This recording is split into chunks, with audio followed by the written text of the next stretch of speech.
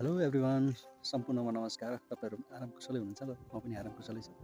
र आज यो हलिसितवाचन नगरपालिकाको 7 नम्बर वडाको काभ्रे स्थितमा छु। यतिखेर त समय चाहिँ खर्चिए तपाईँहरूको लागि र हेर्न सक्नुहुन्छ मेरो पछाडिको ब्याकग्राउन्डमा देखिसक्नुभएको छ।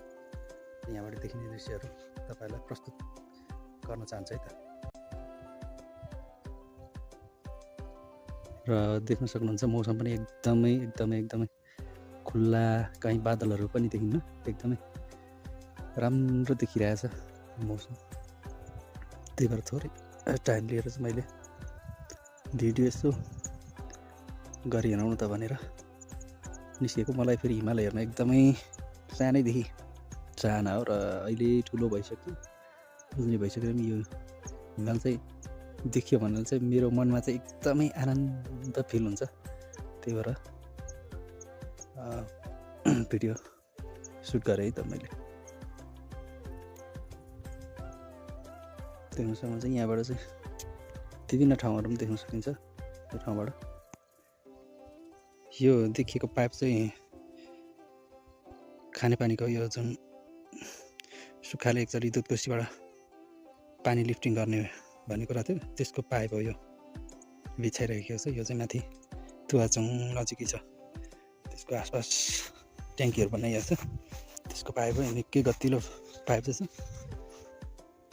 र यो पारी देखिएको ओखलढुङ्गाको केही भाग ओखलढुङ्गा यो हो, तर मेरो क्यामेराले चाहिँ क्याप्चर गर्न सक्दैन। यहाँनिर राम्रो छैन यो ओखलढुङ्गा देखिएको बजार। यता सोलुखुम्बु अनि आफ्नो ठाउँ खोटाङ भइहाल्यो। अनि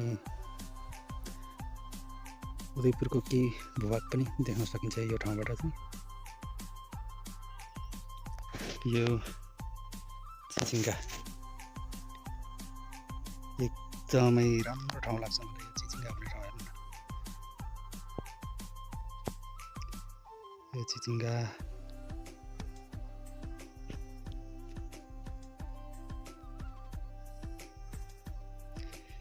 यता गएपछि सल्ले गाविस, यानि कि अहिले हलिसितवाचन नगरपालिका हो, 9 नम्बर वडा। सल्ले छलिया छ।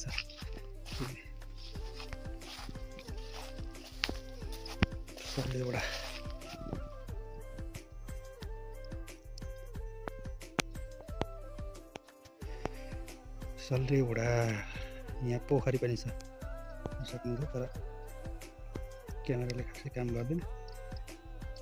सल्ले पोखरी पनि छ र यो सल्ले हुन्छ पारी देखिएको ओखलढुङ्गा भइहाल्यो।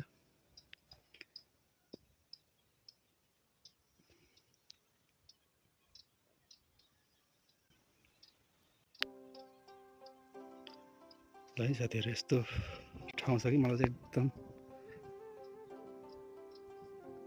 रमाइलो लाग्ने ठाउँ हो यो, जहाँबाट चाहिँ विभिन्न ठाउँहरू देख्न सकिन्छ है त। यो ठाउँबाट आउन सक्नुहुन्छ। यहाँ खोटाङ हलिसी विश्वको अनौठो गुफा छ। त्यस पछाडि तुवाचुङमा राई किराँतहरूको उद्गम भूमि पनि छ। अनि हलिसीमा रक गार्डन पनि छ, हेर्न सक्नुहुन्छ। आउनु होला, घुम्नु होला, रमाइलो गर्नु होला। यता पारी देखिएको चाहिँ उदयपुर जिल्ला हो। यतापट्टि चाहिँ अलिकति मधुर देखिन्छ घामले गर्दाखेरि, तुवालो पनि लागेको छ। उदयपुर, ओखलढुङ्गा, सोलुखुम्बु, खोटाङ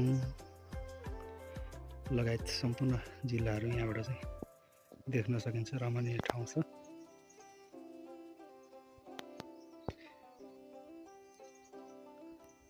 लगभग 1600-1700 अथवा 1800 को हाराहारीमा छ होला यो ठाउँ चाहिँ।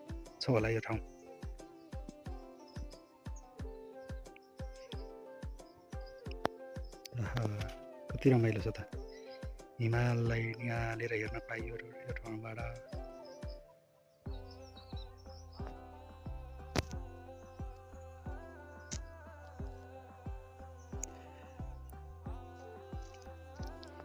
हस् त आगामी दिनहरूमा पनि यसरी माया गर्दै जानु होला अनि भिडियो पनि लिएर आउनेछ तुवाचुङ गएको पनि एउटा भिडियो बनाउनेछ आगामी दिनहरूमा त्यहाँ चाहिँ पुगिएको छैन अब म पुग्छु बिस्तारै त्यहाँको बारेमा थोरै भिडियो बनाउँछु योभन्दा केही माथि पर्छ मास्तिर जानुपर्छ